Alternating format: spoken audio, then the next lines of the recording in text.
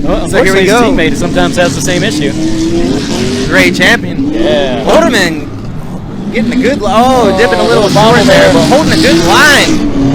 Gray champion coming around. Let's see this flick and pounding on the throttle. I'll tell you what though, with the exception of just the tire drop over there, the chase car put down a solid chase Pretty run, decent man, proximity. Yeah. Not huge angle. He was cutting angle just a little bit to maintain proximity. But you're right. Other than that little bobble and a little bit of lack of proximity, he did great. And he's a newer driver. Well, he's been with us for a year or two now, I think. But he's definitely like a young up-and-comer kind of guy.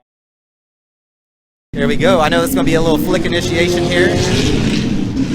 Great champion coming look, strong. Coming in. He timed that I was perfectly, wondering if though. there was going to be a little bit of an overshoot. But Oh, that was not perfect. looking like it.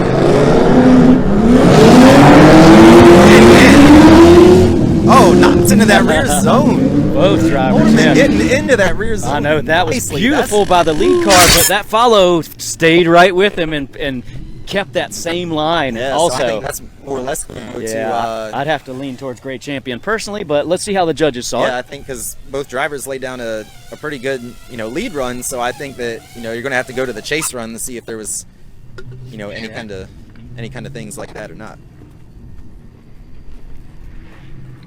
Judges seem to have made a good decision. All right, and they've said Gray Champion gets the win Yeah. in the blue 240SX.